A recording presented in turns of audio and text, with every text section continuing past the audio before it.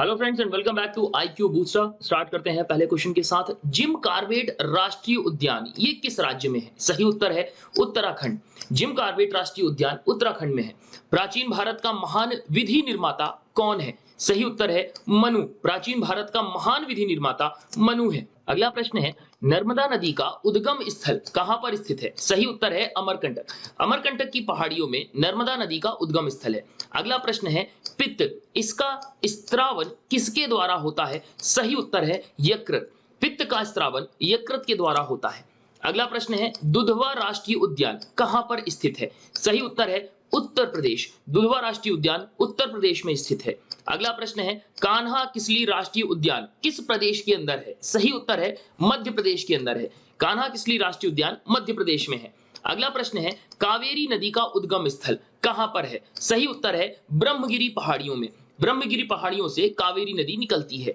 अगला प्रश्न है, प्राचीन सांख्य दर्शन के रचनाकार कौन थे? सही उत्तर है कपिल मुनि। कपिल मुनि के द्वारा सांख्य दर्शन की रचना की गई थी। अगला प्रश्न है, पृथ्वी की अपेक्षा चंद्रमा का द्रव्यमान कितना होता है? सही उत्तर है 1/81। पृथ्वी की अपेक्षा चंद्रमा का द्रव्यमान 1/81 होता है। अगला प्रश्न है, पृथ्वी का औसत तापमान कितना होता है? तो सही उत्तर है 15 डिग्री सेल्सियस। पृथ्वी का औसत तापमान 15 डिग्री सेल्सियस होता है। अगला प्रश्न है, कौन सी ग्रंथि रक्तचाप को नियंत्रित करती है? सही उत्तर है एड्रिनल ग्रंथि। एड्रिनल ग्रंथि रक्तचाप को नियंत्रित करने में मदद करती है। अगला प्रश्न है, गिर राष्ट्रीय उद्यान किस राज्य में स्थित है? सही उत्तर है गुजरात। गिर राष्ट्रीय उद्यान गुजरात में स्थित है। अगला प्रश्न है, श्वेत रक्त कणिकाएं जिनको शॉर्ट में WBC भी कहा जाता है, इसका निर्माण कहां होता है? तो इसका सही उत्तर है सभी में, यानी अस्थि मज्जा में, लिम्फ नोड में और प्लीहा, तीनों जगह WBC का निर्माण होता है। अगला प्रश्न है, भारत में सबसे चौड़ी नदी कौन सी है? सही उत्तर है ब्रह्मपुत्र। भारत की सबसे चौड़ी नदी ब्रह्मपुत्र है। अगला प्रश्न है, इंसुलिन हार्मोन्स इसका कार्य क्या है? सही उत्तर है रक्त में ग्लूकोज की मात्रा को नियंत्रित करता है। तो इंसुलिन क्या करता है? इंसुलिन हार्मोन रक्त में ग्लूकोज की मात्रा को नियंत्रित करने का कार्य करता है। अगला प्रश्न है, किस रेखा पर दिन रात बराबर होते हैं? सही उत्तर है विषुवत रेखा में। विषुवत रेखा पर दिन रात बराबर होते हैं। अगला प्रश्न है, मदर टेरेसा विश्वविद्यालय ये कहां पर स्थित है? सही उत्तर है तमिलनाडु। मदर टेरेसा विश्वविद्यालय तमिलनाडु में स्थित है। अगला प्रश्न है, सत्य फल या ट्रू फ्रूट इसका निर्माण किससे होता है? सही उत्तर है अंडाशय। अंडाशय से सत्य फल का निर्माण होता है।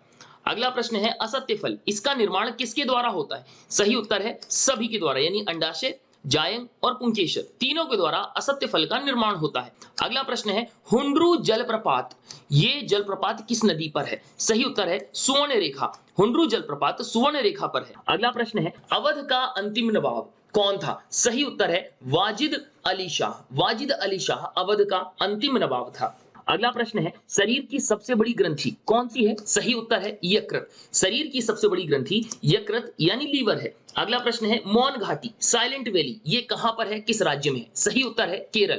केरल में मौन घाटी है। अगला प्रश्न है, आराम हराम है यह नारा किसने दिया था? सही उत्तर है जवाहरलाल नेहरू। जवाहरलाल नेहरू के द्वारा आराम हराम है यह नारा दिया गया था। अगला प्रश्न है, सुंदरवन राष्ट्रीय उद्यान भारत के किस राज्य में स्थित है? सही उत्तर है पश्चिम बंगाल। सुंदरवन राष्ट्रीय उद्यान पश्चिम बंगाल में स्थित है। अगला प्रश्न है, नर्मदा नदी अपना मुहाना कहां पर बनाती है? सही उत्तर है खंभात की खाड़ी में। नर्मदा नदी अपना मुहाना खंभात की खाड़ी पर बनाती है। अगला प्रश्न है, सोन नदी किस नदी में आकर गिरती है? सही उत्तर है गंगा नदी में। सोन नदी गंगा नदी में आकर गिरती है। अगला प्रश्न है, ताप्ती नदी कहां पर आकर गिरती है? सही उत्तर है खंभात की खाड़ी में। खंभात की खाड़ी में ताप्ती नदी आकर गिरती है। अगला प्रश्न है, शिवाजी की मां का नाम क्या था? सही उत्तर है जीजाबाई। जीजाबाई शिवाजी की मां का नाम था। अगला प्रश्न है, जब राष्ट्रपति एवं उपराष्ट्रपति दोनों अनुपस्थित हों तो राष्ट्रपति के पद पर कौन कार्य करता है? तो सही उत्तर है उच्चतम न्यायालय के जो मुख्य न्यायाधीश होते हैं वो राष्ट्रपति और उपराष्ट्रपति की अनुपस्थिति में राष्ट्रपति पद का कार्य संभालते हैं। अगला प्रश्न है, डर्मेटोलॉजी किसका अध्ययन किया जाता है इसमें? सही उत्तर है त्वचा का। डर्मेटोलॉजी में त्वचा का अध्ययन किया जाता है। अगला प्रश्न है, अल-बरूनी किसके साथ भारत आया था? सही उत्तर है महमूद गजनी। महमूद गजनी के साथ अल-बरूनी आया था। अगला प्रश्न है, पणवानी ये किस राज्य का प्रचलित लोक नृत्य है? सही उत्तर है छत्तीसगढ़। पणवानी छत्तीसगढ़ का प्रचलित लोक नृत्य है। अगला प्रश्न है, अष्टछाप इसके संस्थापक कौन थे? सही उत्तर है स्वामी विट्ठलनाथ ने अष्टछाप की स्थापना की थी। अगला प्रश्न है केवलादेव घाना पक्षी विहार ये कहां पर स्थित है? सही उत्तर है राजस्थान। केवलादेव घाना पक्षी विहार राजस्थान में स्थित है। अगला प्रश्न है नल सरोवर पक्षी अभ्यारण्य कहां पर स्थित है? सही उत्तर है गुजरात। नल सरोवर पक्षी अभ्यारण्य गुजरात में स्थित है। अगला प्रश्न है नंदन कानन वन्य जीव अभ्यारण्य कहां पर स्थित है? सही उत्तर है उड़ीसा। नंदन कानन वन्य जीव अभ्यारण्य उड़ीसा में स्थित है। अगला प्रश्न है भारत का सबसे प्राचीन स्मृति ग्रंथ कौन सा है? सही उत्तर है मनुस्मृति। भारत का सबसे प्राचीन स्मृति ग्रंथ मनुस्मृति है। अगला प्रश्न है बांदीपुर राष्ट्रीय उद्यान कहां पर स्थित है? सही उत्तर है कर्नाटक।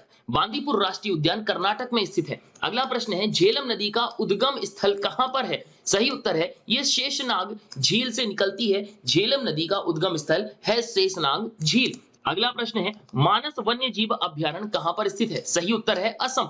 मानस वन्य जीव अभ्यारण्य असम में स्थित है। अगला प्रश्न है ऊतकों का अध्ययन क्या कहलाता है? सही उत्तर है हिस्टोलॉजी। ऊतकों का अध्ययन हिस्टोलॉजी कहलाता है। अगला प्रश्न है मानव शरीर में खून के शुद्धिकरण की प्रक्रिया क्या कहलाती है? सही उत्तर है डायलिसिस। मानव शरीर में खून की शुद्धिकरण की प्रक्रिया डायलिसिस कहलाती है।